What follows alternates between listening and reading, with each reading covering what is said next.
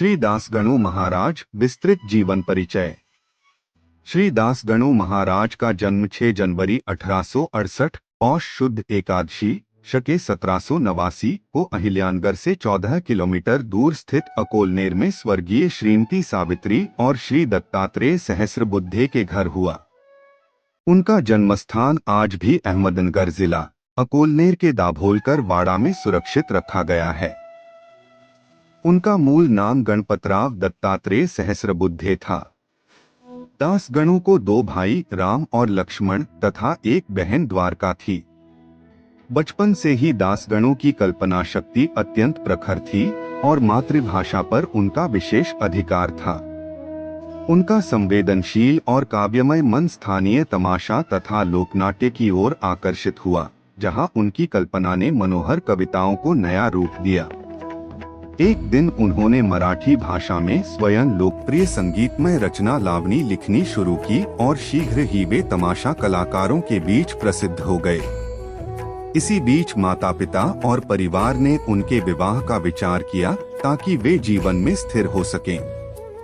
इसी अनुसार 1892 में 23 वर्ष की आयु में उनका विवाह अहमदनगर वर्तमान अहिल्यानगर जिले के जामखेड़ तालुका के जहागीरदार श्री नारायणराव रांडे की पुत्री सरस्वती बाई उर्फ बया से हुआ।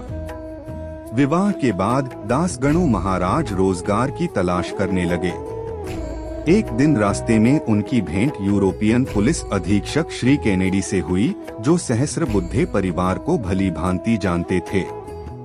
दासगणु ने अपनी परिस्थिति बताई और श्री केनेडी ने उन्हें पुलिस विभाग में कांस्टेबल की नौकरी दे दी। 1896 में दासगणु पहली बार शिरडी पहुंचे। वे नाना साहेब चांदोरकर के ऑर्डरली कांस्टेबल के रूप में उनके साथ आया करते थे। जब जब नाना साहेब शिरडी आते, गणपतराव उनके साथ उपस्थित रहते। 1898 में उन्हें और 3 अन्य कांस्टेबलों को एक कुख्यात डाकू को पकड़ने का कार्य सौंपा गया। गणपतराव गांव के बच्चों से जानकारी एकत्र कर उस डाकू तक पहुंचने की कोशिश कर रहे थे। इस अभियान में अन्य तीनों कांस्टेबलों पर गोली चलाई गई, परंतु दासगणु महाराज सुरक्षित बच निकले। उस दिन से उनके मन में यह दृढ़ विश्वास जागा कि ईश्वर ने ही मेरी रक्षा की। उसके बाद दासगणु महाराज कीर्तन किया करते थे। वे अपने शिरडी के साईं बाबा का पोर्ट्रेट पेंटिंग सामने रखकर संत तुकाराम, संत ज्ञानेश्वर और अन्य संतों के जीवन एवं उपदेशों पर कीर्तन प्रस्तुत करते थे। उन्होंने महाराष्ट्र के प्रत्येक छोटे बड़े शहरों और गांवों में घूम घूमकर कीर्तन किए। कीर्तन के दौरान जब भी श्रोते चित्र में रखे संत के बारे में पूछते, तो दासगणु महाराज उन्हें सद्गुरु साईनाथ का महात्म्य बताकर समझाते। वे उन्हें विनम्रता पूर्वक यह भी कहते, एक बार शिरडी जाइए और स्वयं साईं बाबा के दर्शन कीजिए। साईं बाबा उन्हें प्रेम से गणु कहा करते थे। दासगणु महाराज साईं बाबा के परम भक्त माने जाते हैं।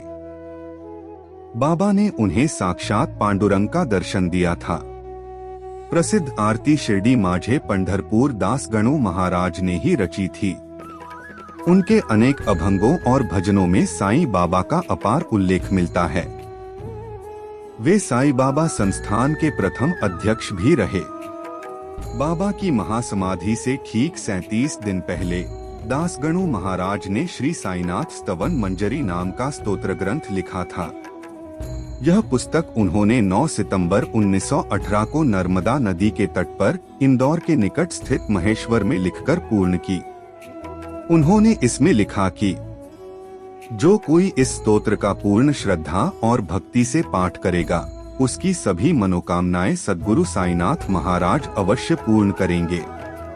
स्तवन मंजरी पूरी करने के बाद दासगणु महाराज ने इसकी फलश्रुति पढ़कर सुनाई। उन्होंने कहा कि जो कोई यह स्तवन मंजरी पढ़ेगा, उसकी सभी समस्याएं दूर होंगी। यह सुनते ही स्वयं साईं बाबा ने सिर हिलाकर अपनी सहमति जताई और प्रेम पूर्वक कहा, हाँ, उन्हें इस फल का आशीर्वाद अवश्य मिलेगा। दासगणु महाराज साईं बाबा के साथ साथ श्री गजानन महाराज के भी भक्त थे। आज भी गजानन भक्त उनके द्वारा लिखित प्रसिद्ध ग्रंथ श्री गजानन विजय का नियमित पारायण करते हैं। उन्होंने अनेक महान ग्रंथों की रचना की, जिनमें प्रमुख हैं साई स्तवमंजरी, गुरु पाठाचे अभंग, संत कथामृत, शिरडी माझे पंढरपूर, शंकराचार्य चरित्र, भावदीपिका, भक्ति सारामृत, भक्त लीलामृत, गोदा महात्म्य, आऊबाई चरित्र, ईशावास्य भावार्थ बोधिनी आदि। दास गणु महाराज को संत जीवनियों पर उनके व्यापक लेखन के कारण आधुनिक महाराष्ट्र के महीपति के रूप में जाना जाता है। श्री दास गणु महाराज का निधन 17 नवंबर 1962 को पंढरपुर में हुआ। उनकी समाधि महाराष्ट्र, नांदेड़ जिला, उमरी तालुका के गोटे गांव में स्थित है। यह स्थान श्री स्वामी वरदानंद भारती महाराज के मार्गदर्शन में 1974 में स्थापित श्री दासगणु महाराज प्रतिष्ठान गोटे द्वारा संचालित किया जाता है। ओम साई राम।